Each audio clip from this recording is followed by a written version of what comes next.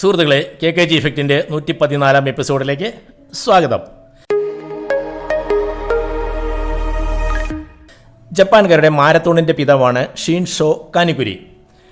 Guinness world record അദ്ദേഹത്തിൻ്റെ പേരിലുണ്ട്. Marathon ഏറ്റവും കൂടുതൽ സമയമെടുത്ത് മുഴുമിപ്പിച്ച ആൾ. ജപ്പാനിൽ നിന്ന് ആദ്യമായിട്ട് ഒളിമ്പിക്സിലേക്ക് ക്വാളിഫൈ ചെയ്ത ആളാണ് കാനിക്കുരി. 1912 സ്റ്റോക്ക്ഹോം ഒളിമ്പിക്സ്. 18 ദിവസത്തെ കഠിനമായ യാത്ര അദ്ദേഹത്തെ തളർത്തിക്കളഞ്ഞു. മത്സരം ആരംഭിക്കുമ്പോഴേക്കും അദ്ദേഹം തികച്ചും അവശനായിരുന്നു. ഒരു കണക്കിന് 16 മൈൽ ഓടി തളർന്ന് തൊട്ടടുത്ത് കണ്ട പൂന്തോട്ടത്തിൽ അദ്ദേഹം വീഴുന്നു.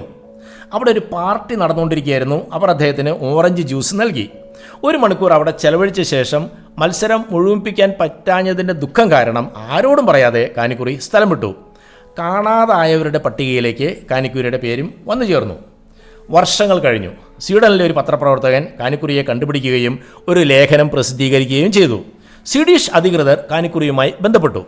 നിങ്ങളുടെ ക്ലോക്ക് ഇന്ന് നടന്നുകൊണ്ടിരിക്കുന്നു, വന്ന് ഓട്ടം മുഴുമിപ്പിക്കാൻ താല്പര്യമുണ്ടോ? കാനിക്കുരി സമ്മതിച്ചു. കാനിക്കുരി വന്നു.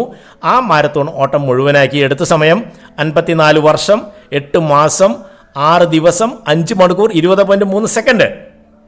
മത്സരശേഷം അന്ന് അദ്ദേഹത്തെ രക്ഷിച്ച വീട്ടിൽ അദ്ദേഹം ചെന്നു. സംശയിക്കേണ്ട, അവരദ്ദേഹത്തെ സ്വീകരിച്ചത് ഓറഞ്ച് ജ്യൂസ് നൽകിയാണ്. കാനിക്കുരി പറഞ്ഞു, 1912 ഞാൻ ഈ ഓട്ടം ആരംഭിച്ചു. ഇന്ന് ഓട്ടം അവസാനിക്കുമ്പോൾ ഞാൻ വിവാഹിതനാണ്, 6 കുട്ടികളുടെ പിതാവാണ്, 10 പേരക്കുട്ടികളുടെ മുത്തച്ഛനാണ്. സുഹൃത്തുക്കളെ, മുഴുമിപ്പിക്കാൻ പറ്റാഞ്ഞത് എന്തെങ്കിലും ഉണ്ടെങ്കിൽ മുഴുമിപ്പിക്കാൻ ഒരു അവസരം കിട്ടുമാറാകട്ടെ. Bye from KKG.